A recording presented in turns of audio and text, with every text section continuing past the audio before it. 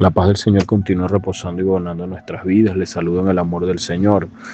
La primera epístola del apóstol Pedro en el capítulo 3, versículo 8 al 12, dice de la siguiente manera, en nombre del Señor: finalmente, sed todos de un mismo sentir, compasivos, amándoos fraternalmente, misericordiosos, amigables, no devolviendo mal por mal, ni maldición por maldición, sino por el contrario, bendiciendo, sabiendo que fuisteis llamados para que heredaseis bendición. Porque el que quiera amar la vida y ver días buenos, refrene su lengua de mal, y sus labios no hablen engaño. Apártese del mal y haga el bien, busque la paz y sígala, porque los ojos del Señor están sobre los justos y sus oídos atentos a sus oraciones, pero el rostro del Señor está contra aquellos que hacen el mal. Amén. Qué buena palabra, buen consejo del Señor, importante consejo a la luz de la palabra. Verdaderamente pensamos a veces que, que la cercanía al Señor, a la presencia del Señor y recibir del Señor las cosas que anhelamos o que podemos encontrar en la palabra que son para nosotros, que ya son anunciadas, que han sido dadas por el Señor, están sujetas exclusivamente a una apariencia religiosa, a una vida religiosa. Es a veces lo que se cree. Claro que la intimidad es algo personal y muy importante, y es allí donde el Señor pues establece lo que quiere establecer con cada quien, de acuerdo a esa intimidad, a esa relación. Pero cuando observamos esto nos damos cuenta que no del todo está sujeto el que Dios se manifieste en una acción, ¿verdad? Que termina siendo algo religioso. ¿Qué quiero decir con esto? Que a veces pensamos que por el hecho de esforzarnos en asuntos meramente espirituales, solo de esa manera llegamos a pensar que el Señor se va a manifestar a nuestras vidas, que vamos a recibir poder, unción. Pero cuando observamos todo lo que está hablando el apóstol en todos estos capítulos, en estas epístolas, nos damos cuenta que hay una serie de cosas que quizás estamos obviando, y hay que tener mucho cuidado con esto, porque nos suele pasar mucho esto, que es muy fácil aparentar algo espiritual o una espiritualidad o una religiosidad. Sale bastante económico eso, esa acción aparente, y muchos quizás observan esto y, como es la costumbre, aparentar una espiritualidad y así hacer creer pues de que una persona está más cerca de Dios o que Dios está más cerca de dicha persona.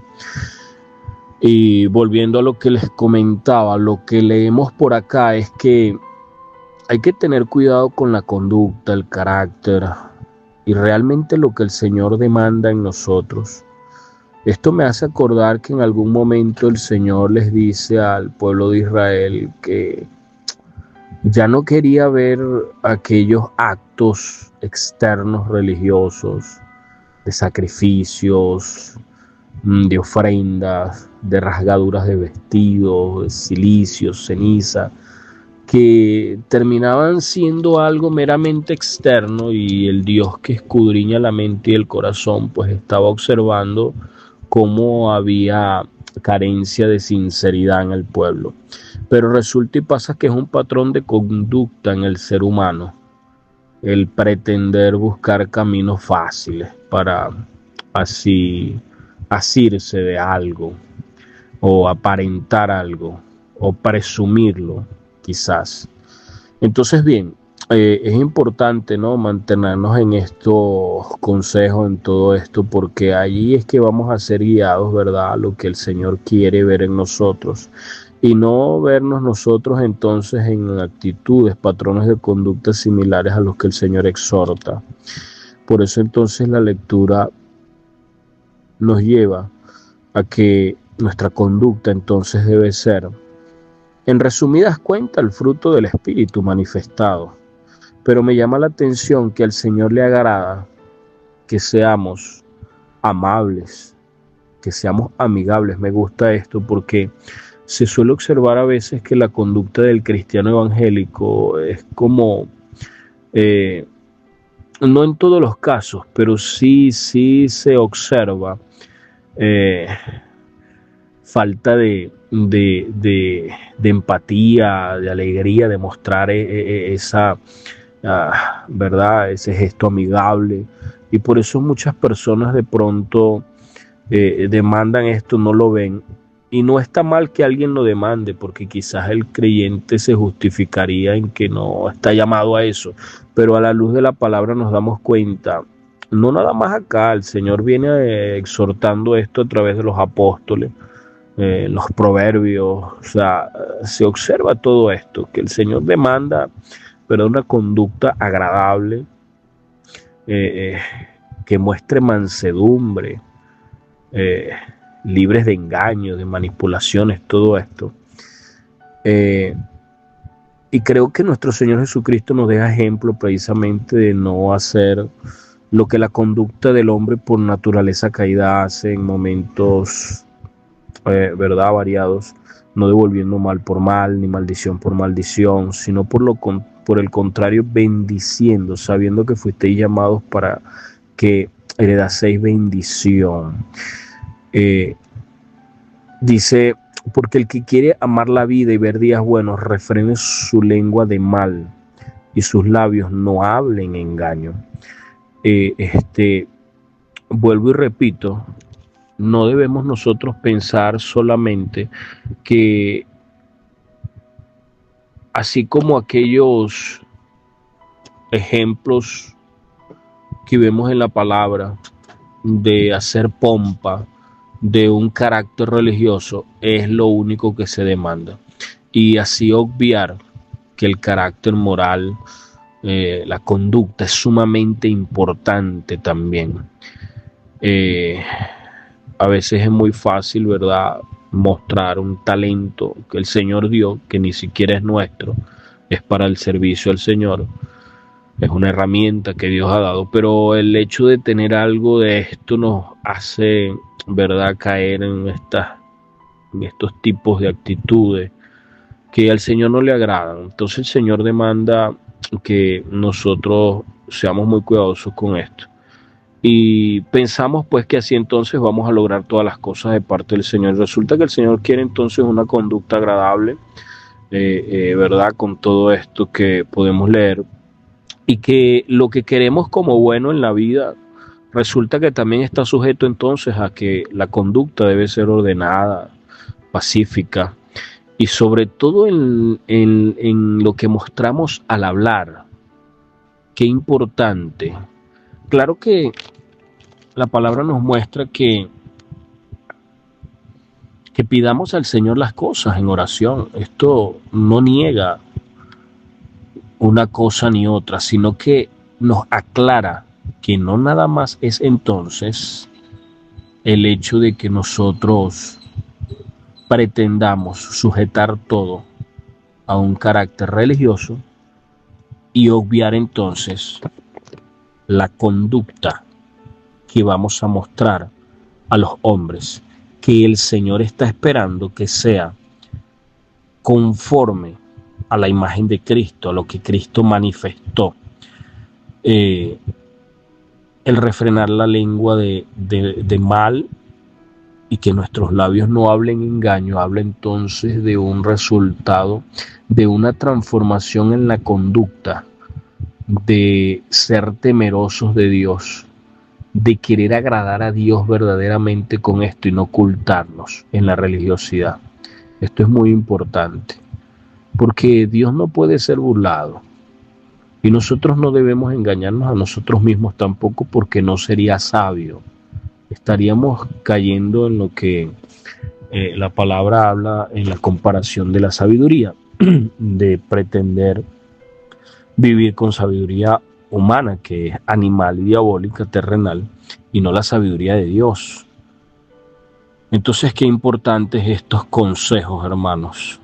Verdaderamente hemos sido llamados a ser de bendición para otros a través no nada más de una manifestación espiritual, sino de la conducta, de una conducta transformada, de un carácter de reino que muestre el carácter que Cristo manifestó en la tierra, que muestre el fruto del Espíritu Santo, que es a lo que hemos sido llamados, haciendo así entonces que todo lo que antes nosotros mostrábamos, porque de eso estaba lleno nuestro corazón, ya no sea así, sino que ahora por el Espíritu y la llenura del Espíritu mostremos todo esto que proviene de Dios.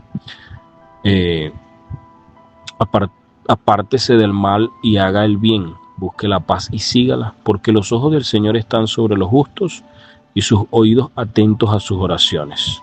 Pero el rostro del Señor está contra aquellos que hacen el mal. Entonces el mal no es nada más aquello que nosotros hacíamos de manera externa, porque también en esto nos engañamos.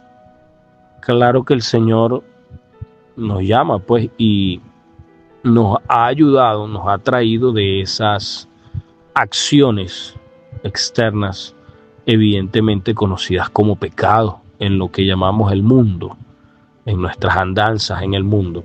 Pero una vez ahora en el Señor nos encontramos que ya libres de aquellas acciones, también tenemos que tomar muy en cuenta que el Señor está muy cerca, como dice la palabra, sus ojos están sobre los justos.